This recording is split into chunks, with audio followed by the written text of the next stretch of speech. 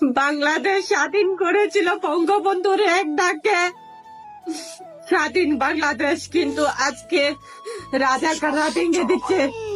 32 number কিন্তু ভেঙে দিচ্ছে রাজাকারের বংশধরেরা। বাংলাদেশের সকল মানুষকে বলতে চাই, আপনারা ঘরে বসে থাকবেন না চুপ করে, আপনারা প্রতিবাদ করুন।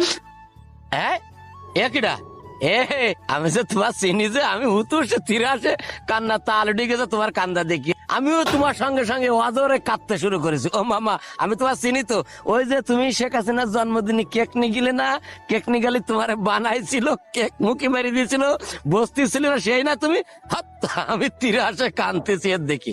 তুমি একটা মেয়ে, আর মেয়েরা হচ্ছে আমাদের মা বোনের মতন, তাই তীরে আসে আমি কান্দি ফেলেছি। পরে আমি চোখ মেলি দেখি তুমি এবিডি এমন এ কান্নাকাটি করতে কেন? তোরে কান্নাকাটি আগে কনে ছিল শোনা?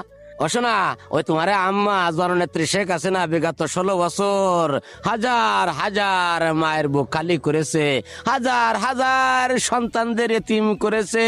তুমি জানো না বুগো? বুগো, তুমি আগে কোনো সময় দেখোনি ছোট ছোট বাচ্চারা বাবার ছবি নিয়ে তোমার আম্মার কাছে বারবার যে কান্নাকাটি করেছে, যে দাদি আমার আব্বারে ফেরত দেন, আমার আব্বা কোথায়? তোমার আম্মা, ওই বাচ্চাদের দাদি, তোমার মা জাননি কি বলতো জানো? যে তোমার বাবা দেখো পরকিয়া করি কারোর সঙ্গে চলে গেছে কিনা। 10 বছর 7 বছর 8 বছর এতিম হয়ে বাচ্চারা কানতে কানতে উন্মাদ হয়ে গেছে, অনেক বাচ্চাদের ভবিষ্যৎ নষ্ট হয়ে গেছে। তোমার মা জননী ওই সমস্ত মানুষদেরকে গুম করে হত্যা করে লাশ হয় যমুনা, বুড়িগঙ্গা, পেদ্দা, মেঘনায় ফেলেছে। তখন তো তোমাকে কাঁদতে আমরা দেখি নাই। 5 তারিখের আগে এই কান্না কোথায় ছিল? জুলাই এবং আগস্টে যেভাবে নির্বিচারে নির্দয় ভাবে হাজার হাজার মায়ের বুক খালি করলো তোমার মা জননী, তাই 5 আগস্টের আগে তোমার কান্না কোথায় ছিল?